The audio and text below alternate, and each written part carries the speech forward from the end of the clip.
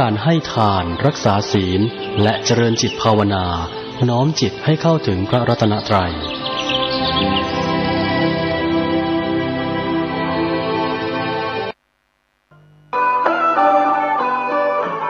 วันอาทิตย์ที่2 กรกฎาคม พุทธศักราช 2566 ขึ้น 15 ค่ำเดือน 10 เหนือ ขอเชิญร่วมงานประเพณีส่งน้ำพระเจ้าข้าคิงมังรายและพระธาตุเจดีย์วัดพระเจ้าเมงรายประจำปีพุทธศักราช 2566 โดยพิธีพลีกรรมตักน้ำทิพย์จากดอยขะม้อ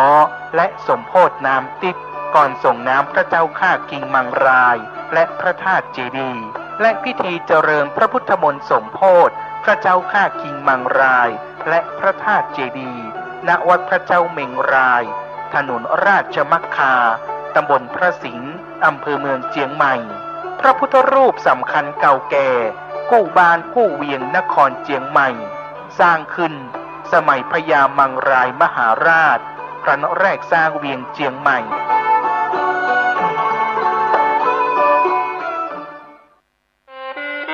คณะสงฆ์ครูบาอาจารย์พระนักจัดรายการสถานีวิทยุพระนักเผยแพร่เจ้าหน้าที่ผู้จัดรายการเครือข่ายสถานีวิทยุคลื่นสีขาวเพื่อชาวประชาขอเชิญพุทธศาสนิกชนนักศีลนักบุญทุกท่านร่วมทำบุญหล่อเทียนพรรษาประจำปี 2566 เพื่อสมทบทุนโรงเรียนทุ่งโป่งตำบลเมืองปานอำเภอเมืองปานจังหวัดลำปางและสถานีวิทยุเพื่อการศึกษาวิทยาลัยสงฆ์นครลำปาง FM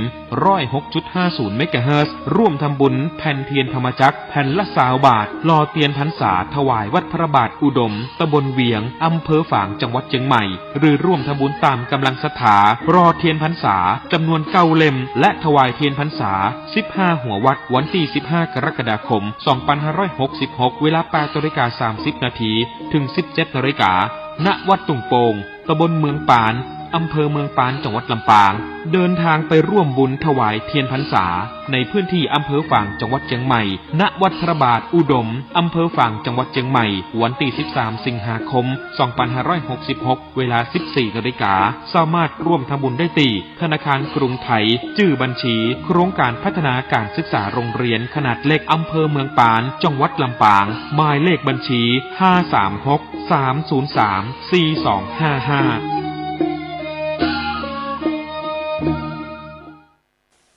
เป็นศาสนาสำหรับชาติเราศาสนาในสมัยนี้เป็นของที่แยกจากชาติไม่ได้เป็นความจำเป็นที่เราทั้งหลายผู้เป็นไทยจะต้องมั่นคงอยู่ในศาสนาพระพุทธซึ่งเป็นศาสนาสำหรับชาติเราพระพุทธศาสนาก็ดีหรือศาสนาใดก็ดีที่ตั้งมั่นอยู่ได้ก็ด้วยความมั่นคงของผู้เลื่อมใสตั้งใจที่จะรักษาและข้าพเจ้าพูดทั้งนี้ก็เพื่อชักชวนท่านทั้งหลายอย่างเป็นเพื่อนไทยและเพื่อนพุทธศาสนิกชนด้วยกันทั้งนั้นเพื่อความมั่นคงแห่งพระพุทธศาสนาข้าพเจ้ารู้สึกว่าได้ทำหน้าที่สมควรแก่อุปถัมภ์พระพุทธศาสนาเราจะตั้งใจรักษาศาสนาของเราด้วยชีวิตและถ้าท่านตั้งใจจะช่วยข้าพเจ้าในกิจอันใหญ่นี้แล้วก็จะเป็นที่พอใจข้าพเจ้าเป็นอันมากเพราะฉะนั้นเป็นหน้าที่ของเราทั้งหลายที่จะช่วยกันบำรุงรักษาพระพุทธศาสนาอย่าให้เสื่อมสูญไปการที่จะบำรุงพระพุทธศาสนาเราต้องรู้สึกก่อนว่าหลักของพระพุทธศาสนาคืออะไรเราจะถือว่าเราเป็นไทยด้วยกันหมดเราจะต้องรักษาความเป็นไทยของเราให้ยั่งยืนเราจะต้องรักษาพระพุทธศาสนาให้ถาวรวัฒนาการอย่างที่เป็นมาแล้วหลายชั่วโคตรของเราทั้งหลายพระบรมราโชวาทของพระบาทสมเด็จพระมงกุฎเกล้าเจ้าอยู่หัวรัชกาลที่ 6พระบรมราโชวาทก็ดีพระราชนิพนธ์ก็ดีหรือพระบรมราชโองการของพระมหากษัตริย์ถือเป็นบทบัญญัติแห่งกฎหมายทั้งหมดทั้งสิ้นการบัญญัติให้พระพุทธศาสนาเป็นศาสนาประจำชาติไทยไว้ในรัฐธรรมนูญจึงเป็นสิ่งที่ถูกต้องทั้งกฎหมายและทางโบราณราชประเพณี การบัญญัติให้พระพุทธศาสนาเป็นศาสนาประจำชาติไทยไว้ในรัฐธรรมนูญย่อมเป็นหลักค้ำประกันให้กับประชาชนคนไทยว่าตนได้ปฏิบัติตามกฎหมายอย่างแท้จริงการบัญญัติให้พระพุทธศาสนาเป็นศาสนาประจำชาติไทยไว้ในรัฐธรรมนูญมิได้เป็นการลิดรอนสิทธิเสรีภาพของผู้ใดแต่เป็นการยืนยันความจริงตามกฎหมายและประวัติศาสตร์ชาติไทยการบัญญัติให้พระพุทธศาสนาเป็นศาสนาประจำชาติไทยไว้ในรัฐธรรมนูญจะทำให้พระพุทธศาสนาได้รับการอุปถัมภ์และคุ้มครองจากรัฐดุจเดียวกันกับที่องค์พระมหากษัตริย์ทรงกระทำมาการบัญญัติให้พระพุทธศาสนาเป็นศาสนาประจำชาติไทยไว้ในรัฐธรรมนูญจะป้องกันพระพุทธศาสนาไม่ให้ถูกลัทธินิกายนอกศาสนากระทำการใดๆได้ด้วยอุบายต่างๆนานาการบัญญัติให้พระพุทธศาสนาเป็นศาสนาประจำชาติไทยไว้ในรัฐธรรมนูญจะทำให้สังคมไทยมีแต่ความสุขร่มเย็นเป็นธรรมทั้งต่อคนศาสนาอื่นและคนสัญชาติอื่นได้อย่างแท้จริงแต่ถ้าไม่บัญญัติให้พระพุทธศาสนา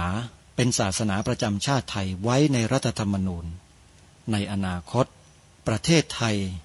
จะต้องตกอยู่ในสถานะเดียวกันกับพื้นที่3 จังหวัดชายแดนภาคใต้แห่งนี้ท่านสามารถใช้โทรศัพท์มือถือระบบ Android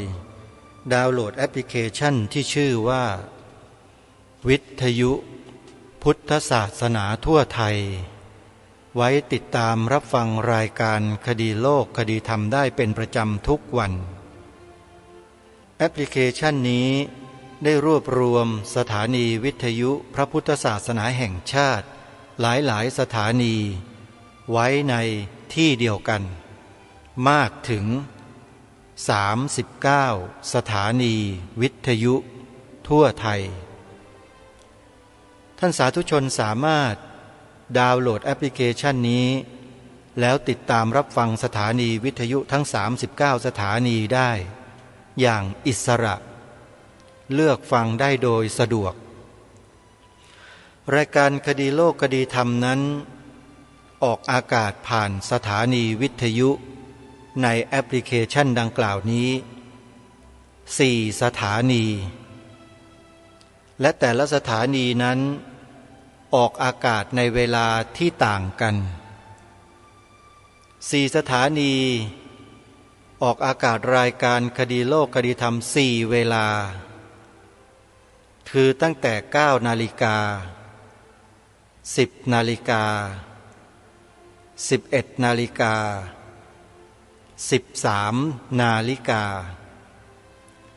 และบางสถานีนำไปออกซ้ำในช่วงกลางและก็ไม่ยอมแพ้และในใจก็มีแต่ความเครียดแค้นต่อคณะสงฆ์ตลอดมาเพราะคณะสงฆ์ไม่ยินยอมไม่น้อมรับในเงื่อนไขของเขาซึ่งมีอยู่เพียงคนเดียวเขาจะให้คณะสงฆ์ยอมรับตัวเขาคนเดียวโยมลองคิดดูมันบ้าหรือเปล่า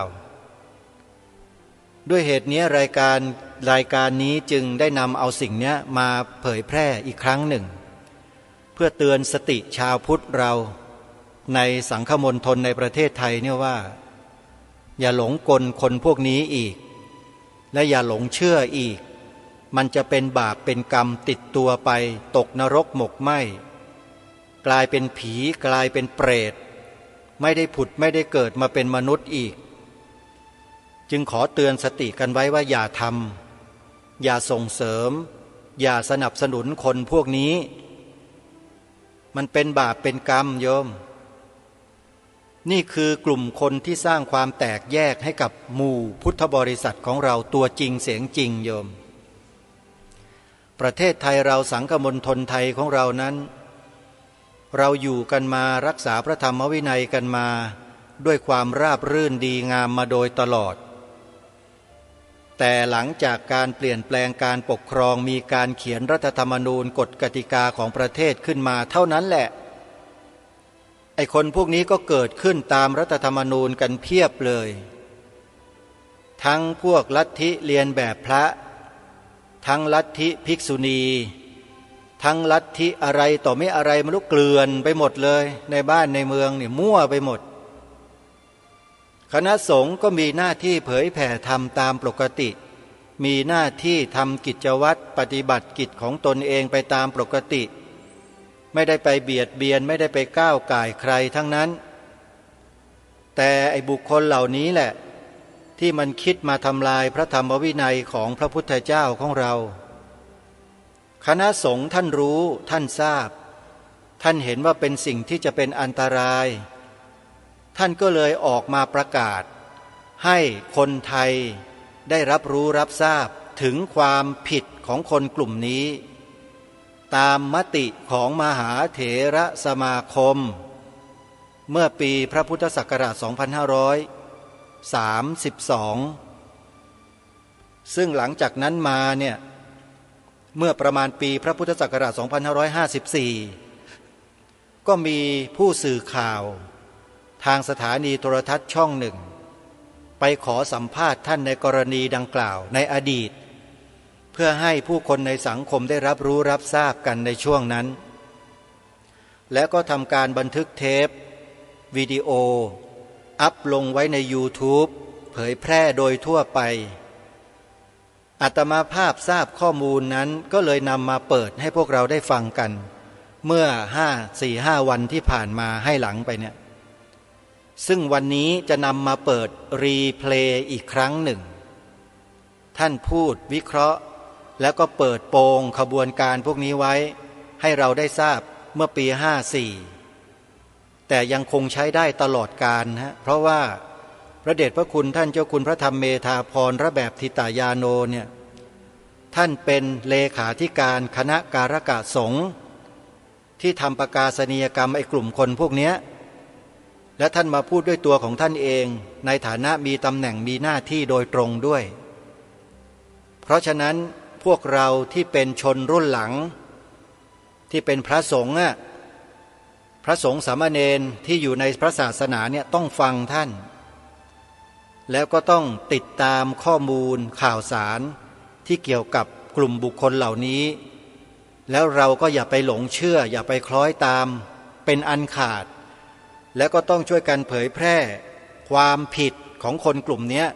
ที่พระเดชพระคุณท่านเจ้าคุณพระธรรมเมธาภรณ์ท่านได้พูดไว้เนี่ย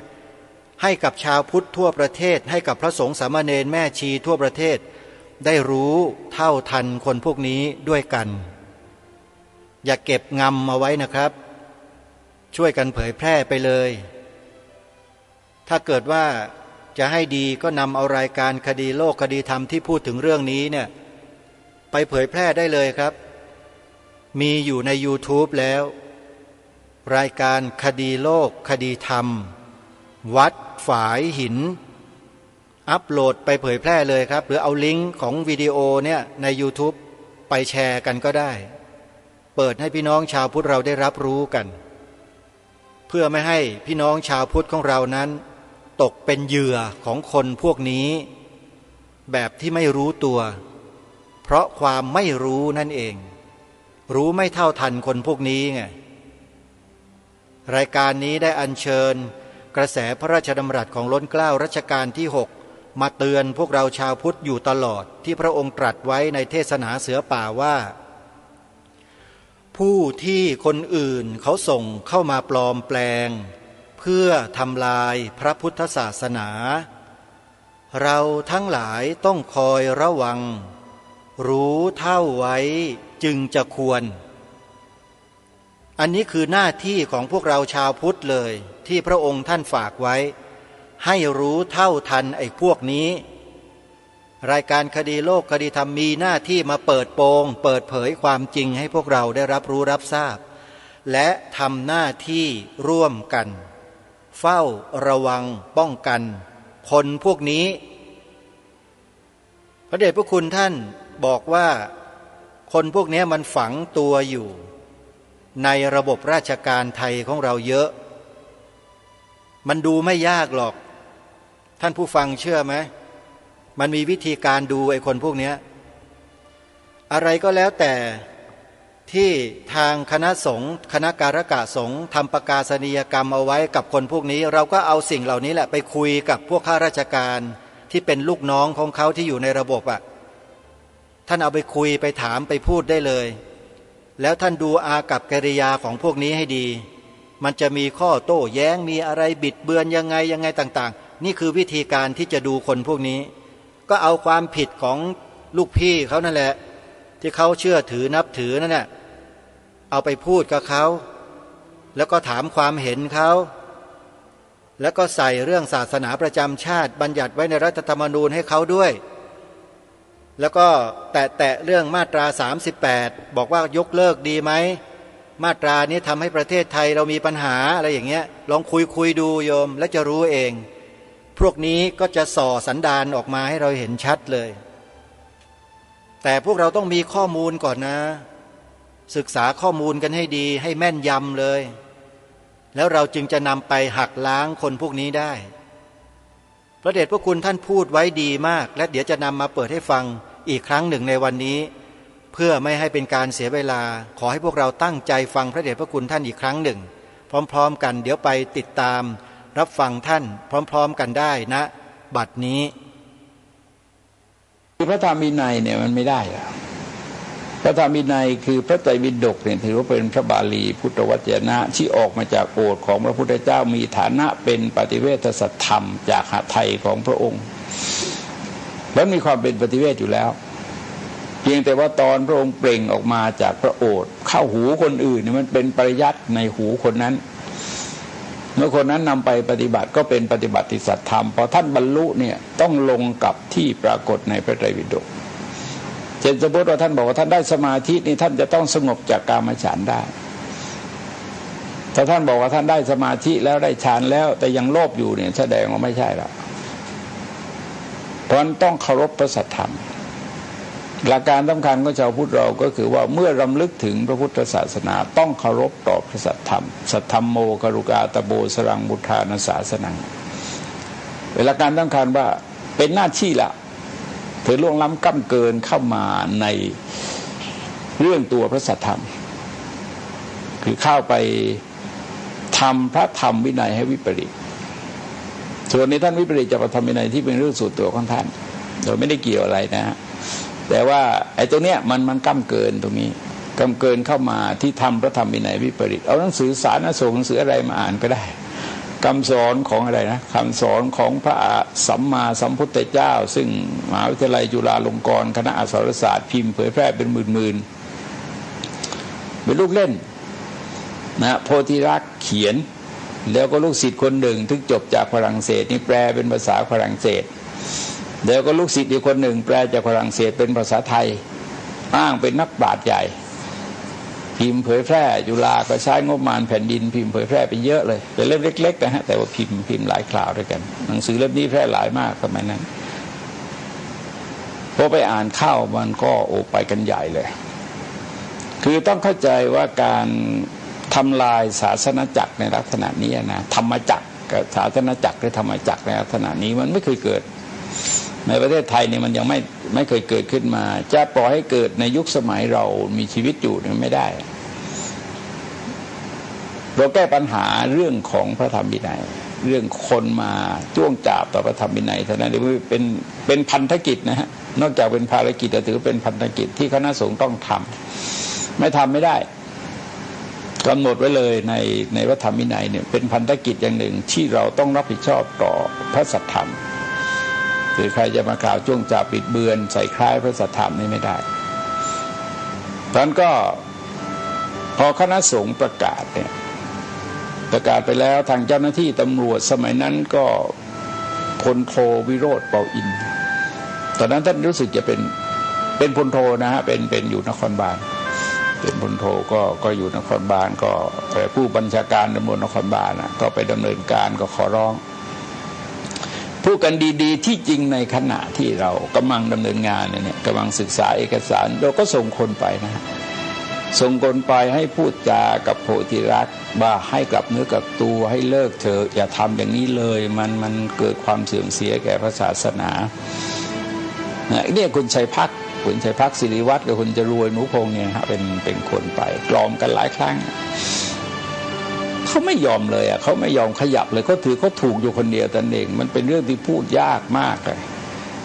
แล้วก็แปลกที่ว่ามีคนเกิดขึ้นมาสนับสนุนร่วมยุคสมัยเดียวกันก็คือจำลองก็เป็นประการที่แข็งแล้วก็ที่สำคัญอย่างยิ่งคือนักวิชาการจากมหาวิทยาลัยบางแห่งเนี่ย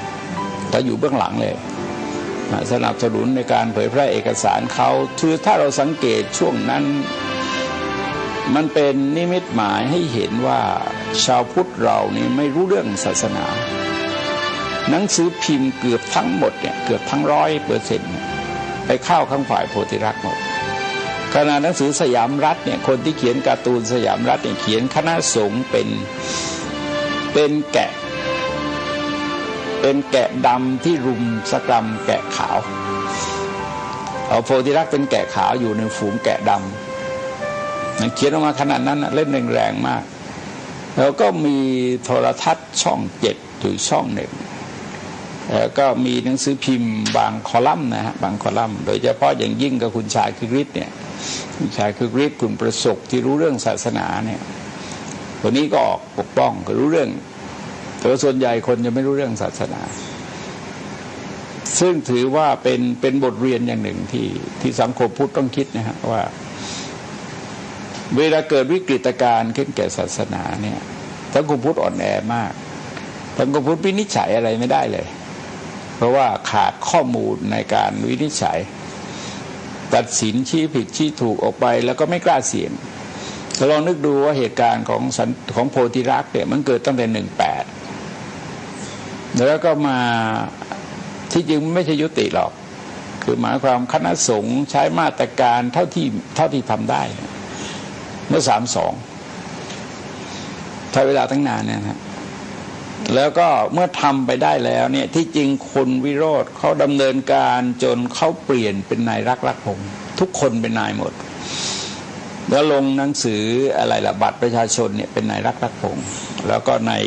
ทะเบียนบ้านก็เป็นนายรักพงศ์ลูกน้องทั้งหมดเนี่ยเป็นนายหมดเลยเขาก็เหงาไปนะที่จริงก็จากนั้นมาก็ไม่ค่อยเคลื่อนไหวเท่าไหร่จาก32เรื่อยๆมาเราจะเห็นว่าในช่วงนั้นรัฐบาลมันอยู่ในยุคของชาติชายอยู่ในยุคของชาติชายแล้วก็มาเรื่อยมาจนก็เรียกว่าพอจำลองเริ่มได้เป็นผู้ว่ากทมเนี่ยเขาก็โดดเด่นขึ้นคือถ้าเรามองเราจะเห็นว่าเป็นผูกโยงอยู่กับจำลองตลอดจำลองเป็นผู้ว่ากทม2 สมัยนะฮะก็นึกดูว่าประมาณทักเท่าไหร่7 ปี7หรือ6 ปีตอนนี้6 ปีกว่า2 สมัยสมัยที่2เนี่ยเขาก็เป็นไม่ครบก็ลาออกไปก่อนบทบาทของโพธิรักษ์เข้าไปอยู่ในศูนย์พัฒนาข้าราชการที่แถวเนี้ยแถวคลองสามวาอะไรก็อยู่ตรงนั้นแหละชื่ออะไรวิทยากรนี่มาจากสันติสุขเพราะฉะนั้นเราจะเห็นว่าในแวดวงกทมเนี่ยเขาจะเคลื่อนไหวมากเคลื่อนไหวได้มากเพราะว่าจำลองเป็นแบ็คอยู่เบื้องหลังแล้วก็เข้าไปจนถึงลูกน้องนี่ก็เข้าไปเป็นเลขาอะไรแต่ไรเสร็จแล้วเขาก็ออกมาตั้งพรรคพลังธรรม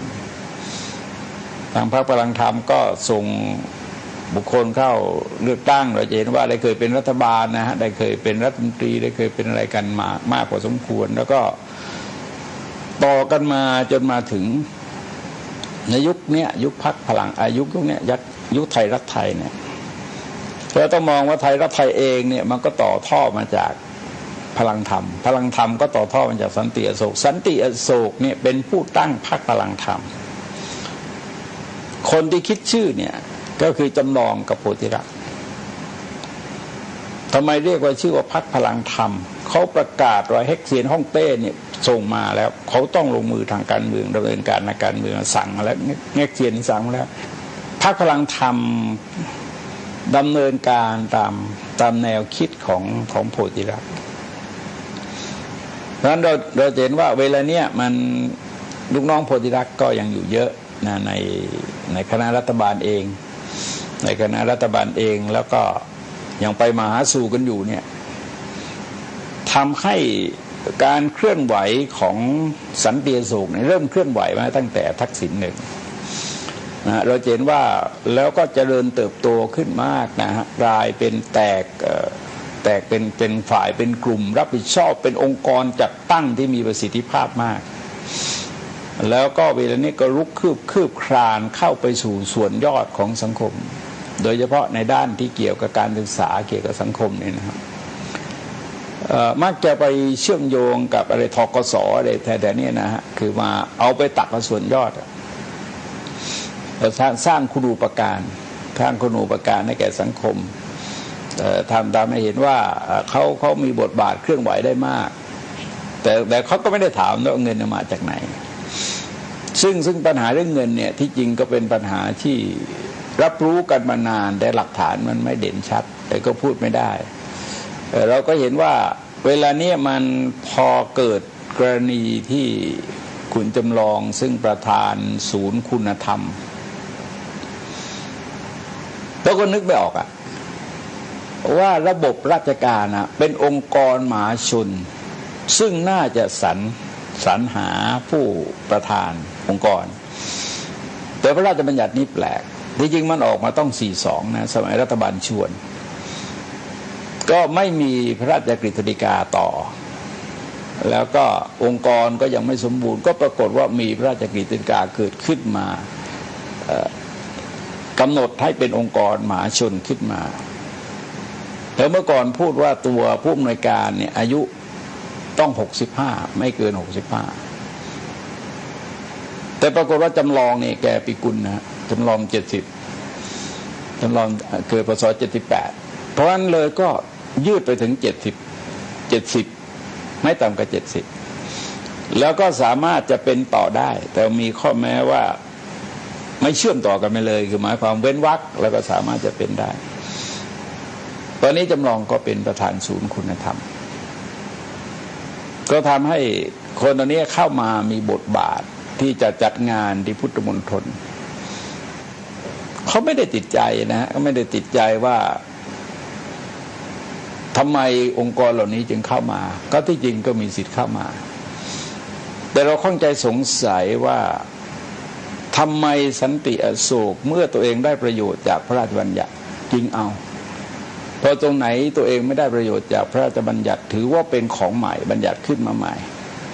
เพราะฉะนั้นองค์กรมหาชนองค์กรเนี่ยมันก็เป็นบัญญัติขึ้นมาใหม่แต่ทำไมสันติอโศกมาเอาแล้วก็เราจะเห็นว่าพอเราดูที่คณะกรรมการเนี่ยนอกจากจำลองซึ่งคุมงบประมาณ23ล้านอยู่เนี่ยเฉพาะกรณีนี้นะฮะเฉพาะกรณีนี้แต่งบประมาณใน8องค์กรนี้รู้สึกประมาณ2,000 ล้านก็พวกนี้สามารถจะให้ใครทำโครงการขึ้นมาพิจารณาแล้วเขาก็อนุมัติงบประมาณได้พวกนี้ก็ฉลาดก็ทำอะไรองค์การโครงการต่างๆเยอะนะฮะมาคนละทิศละทางแต่จริงก็ไปรวมศูนย์อยู่ในที่เดียวกันพวกนี้ปฏิเสธการบูชาด้วยดอกไม้ธูปเทียนปฏิเสธการบูชาด้วยไฟนะฮะแต่งานวิสาขบูชาเนี่ยที่จริงมันเป็นงานที่เรียกว่าศีลธรรมจรรยาเป็นขนบธรรมเนียมประเพณีวัฒนธรรมเป็นระบบศีลธรรมจรรยาอย่างมากก็นั่งบำเพ็ญภาวนารักษาศีลบำเพ็ญภาวนาฟังเทศน์เวียนเทียน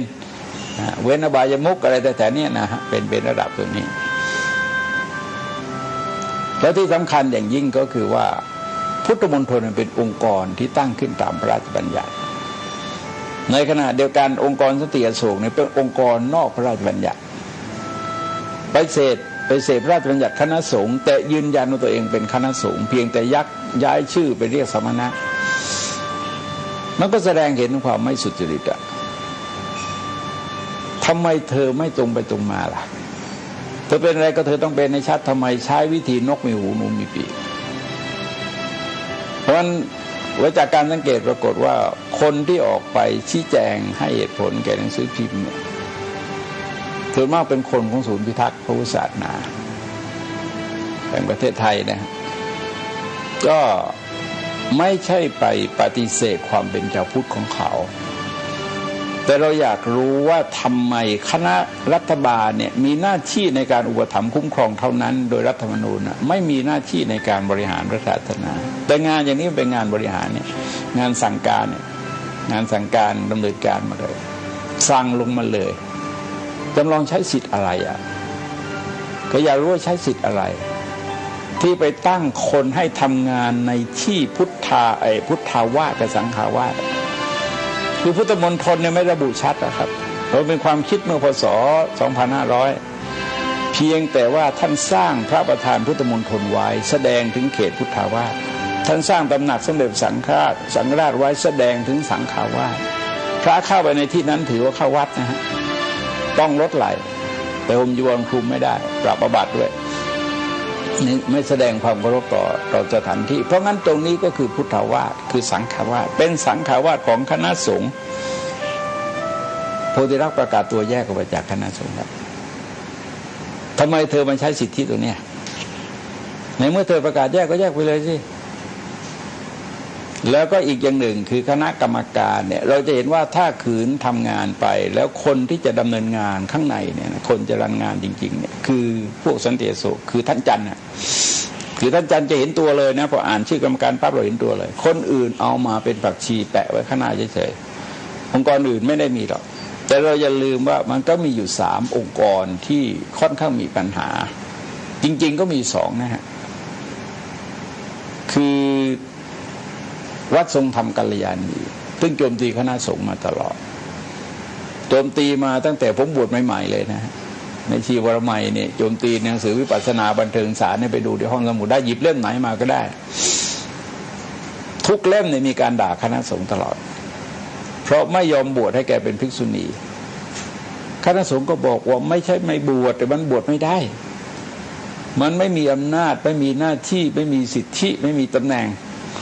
ที่จะไปทำตรงนั้นเพราะว่าการบวชเป็นภิกษุณีเนี่ยพระพุทธเจ้าบวชให้เฉพาะพระมหาประชาบดีโคตมี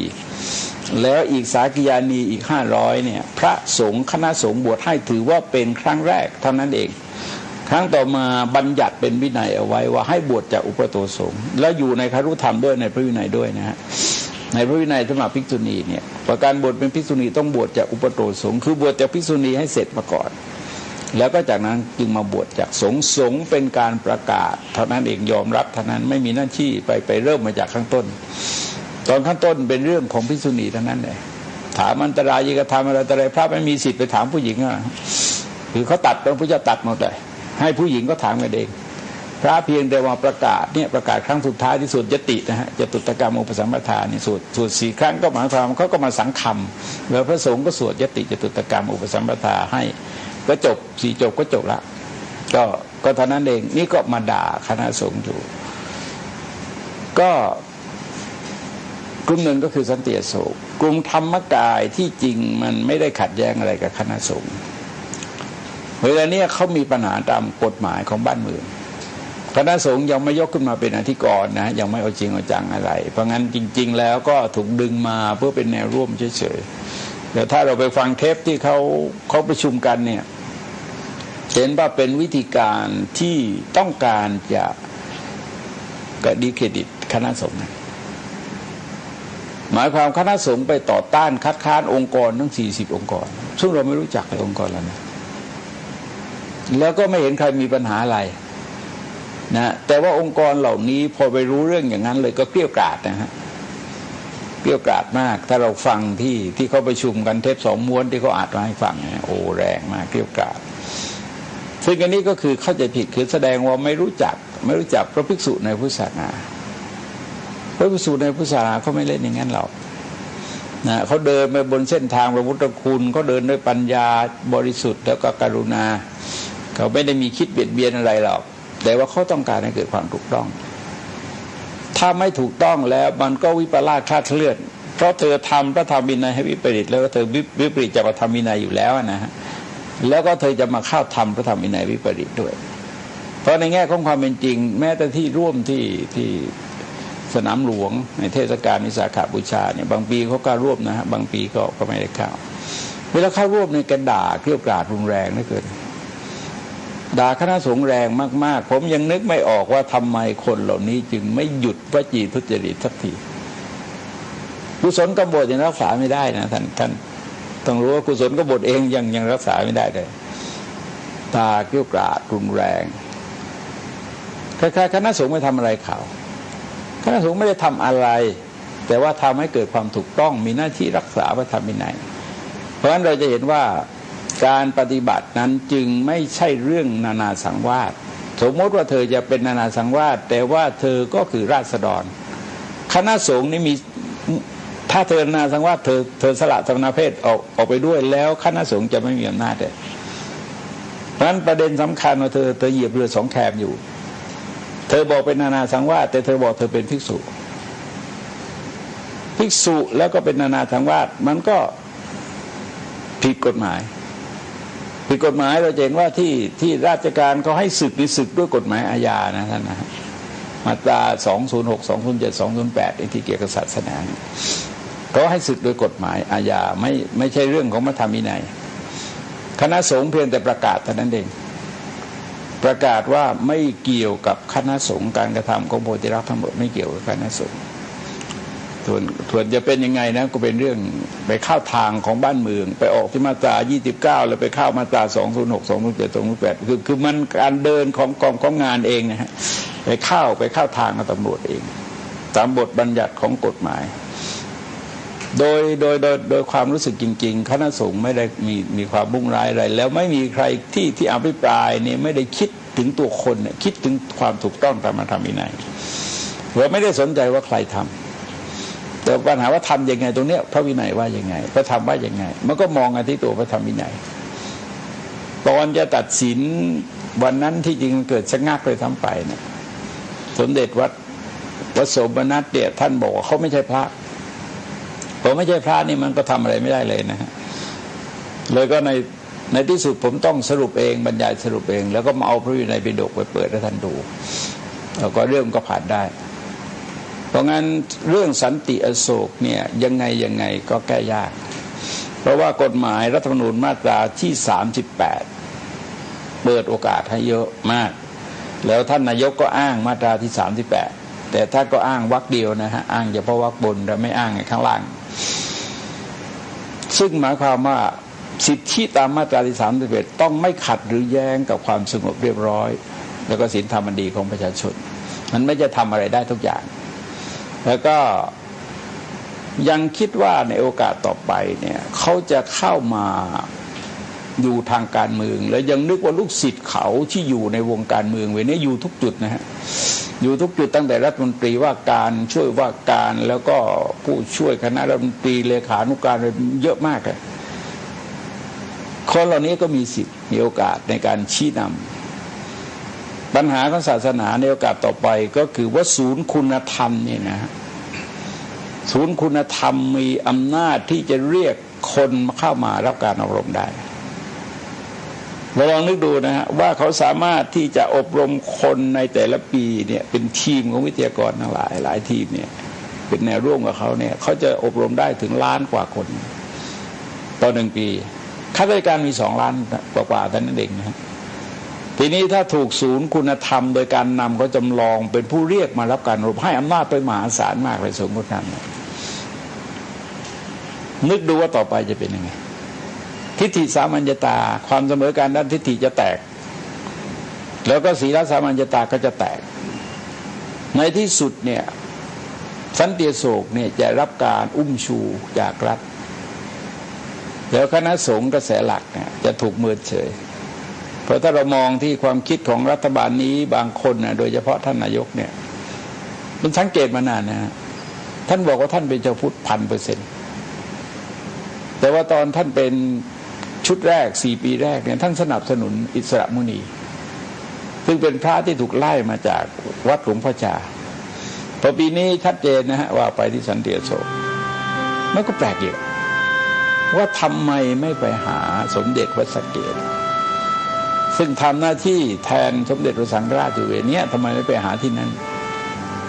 หรือไม่งั้นก็หาที่นายกพุทธบุญโธพุทธสมาคมอะไรต่ออะไรนั่นนะคือมันเข้าเรื่องหน่อยอ่ะเรายังนึกสงสัยว่าถ้าจำลองชี้นำความคิดได้แก่สังคมเนี่ยเราอย่าลืมเหตุการณ์21 พฤษภาคมนะอย่าลืมพฤษภาธมินมาจากใครมาจากใครคุณสุจินดาพูดว่าผมกับเต้ไม่เป็นเพียงประโยคเดียวเท่านั้นเองแต่ตอนแกเป็นเนี่ยแกไม่ได้เป็นแม่ทัพบกนะฮะแกเป็นพลเรือนธรรมดาเนี่ยพลเอกสุจินดาที่แกเป็นอ่ะแกไม่ได้สะบัดสัตว์อะไรแกพูดในนามผู้บัญชาการทหารบกว่าผมกับเต้ไม่เป็นแต่ว่าตอนแกเป็นนี่มันถูกกฎเกณฑ์เงื่อนไขทางการเมืองนี่บีบบังคับเขาก็ลาออกแล้วเขาก็เป็นแล้วตัวเองออกเคลื่อนไหวก็ประกาศอดอาหารให้ตายนะถ้าไม่เปลี่ยนแปลงมันจะอดอาหารให้ตายพออดไปได้3 วันก็มาให้ลูกน้องโบสถ์ให้กินต่อจะบัดสัตว์หรือเปล่าเวลาคนอื่นพูดเนี่ยจะบัดสัตว์ตัวเองพูดไม่เคยจะบัดสัตว์นะฮะเพราะเราจะต้องรู้ว่าคน2 คนนี้ไม่เคยผิดเลยมันเป็นบุคคลที่น่ากลัวที่สุดไม่ใช่น่ากลัวธรรมดาเป็นน่ากลัวสุดๆ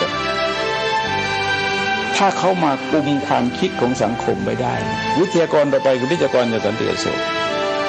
ของศูนย์คุณธรรมเนี่ยคือวิทยากรของสันติอโศกแต่เป็นชื่อต่างๆว่าไปเพื่อนช่วยเพื่อนอะไรต่ออะไรเรียกชื่อเยอะนะฮะน้องช่วยน้องชื่อสารพัดชื่อแต่ว่าจริงๆคือสันติอโศกสังคมจะถูกชี้นำด้วยพุทธกระแสใหม่ซึ่งอิสระมากคนไม่ได้แยกระหว่างธรรมะกับกิเลสคนไม่เข้าใจนี่คืออาการธรรมะหรืออาการของกิเลสผมตั้งปัญหาให้ท่านคิดสักคำมีคนคนหนึ่งแต่งงานกันไม่มีลูกวันดีคืนดีประกาศว่าผมรักษาศีล 8ผมไม่นอนกับเมียถามว่าอันนี้คือธรรมะหรือไม่อันนี้คือธรรมะหรือเปล่าถ้าเราเข้าใจว่าธรรมะแสดงว่าเราไม่รู้เรื่องศาสนาเลยนั่นคืออะไรท่านคำว่าผมไม่นอนกับเมียเนี่ยอาจจะนอนกับเมียคนอื่นก็ได้อาจจะนอนกับผู้หญิงอื่นก็ได้อาจจะเป็นเกย์ก็ได้อาจจะรักษาศีลได้ถ้ารักษาศีลแล้วไปอวดเนี่ยก็ถือว่าโอ้อวดเขาไม่ได้ถือว่าธรรมะครับศาสนาพุทธไม่ได้อวดดีก็ห้ามอวดดีแต่ถ้าชั่วแล้วก็สารภาพได้เพราะฉะนั้นถ้าเราเอาเกณฑ์ของธรรมะมาจับเป็นเราเห็นว่ามายาสาเถยะสารัมภะมานะอติมานะนี่มันจะมากพวกอุปกิเลสเนี่ยท่านเอาอุปกิเลสมาเปิดดูเป็นอาการของอุปกิเลสล้วนๆแต่คนเข้าใจว่าเป็นคนมีธรรมะเพราะฉะนั้นปัญหาเหล่านี้จึงเป็นปัญหาที่น่ากลัวระยะยาวเนี่ยระยะยาวสังคมพุทธจะสับสนมากเพราะเวลานี้เขายึดกลุ่มสถานีวิทยุโทรทัศน์ไว้ได้เยอะปัญหาเอาเงินมาจากไหนคำถามที่จะต้องให้คำตอบให้ชัดเจนเอาเงินมาจากไหนเพราะทุกอย่างต้องจ่ายทั้งนั้นเลยทำไมคณะสงฆ์กระแสหลักจึงทำงานตรงนี้ไม่ได้เป็นไปได้ไหมที่เงินจากศูนย์คุณธรรมซึ่งเขาเสนอโครงการขึ้นแล้วเขาก็อนุมัติกันเองนะฮะเสนอกันเองอนุมัติกันเองอันนี้เราไม่รู้แต่ว่าข้อที่น่าสังเกตก็คือว่าถ้าทางราชการยังมีความคิดในลักษณะนี้อยู่เพราะศาสนาต่อไปจะลำบากอันตรายมันเกิดจากข้างในเขาเรียกเวรนี้มันจุดไฟกลางนาครเหมือนกับเหตุการณ์ที่เกิดขึ้นที่ปักได้นะครับมันเป็นเหตุการณ์เดียวกันคือจุดไฟกลางนาครแล้วมันไม่ใช่ป่าล้อมเมืองแล้วนะฮะแต่จุดไฟกลางนาครแล้วซึ่งถือว่าเป็นอันตรายนี่ก็เป็นข้อที่สรุปประเด็นให้ฟังในเรื่องที่เกี่ยวกับโพธิรักษ์นะฮะหรือสันติอโศกก็ได้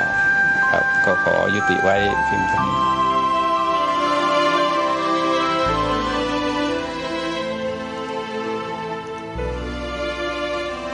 ท่านสาธุชนผู้ฟังทุกท่าน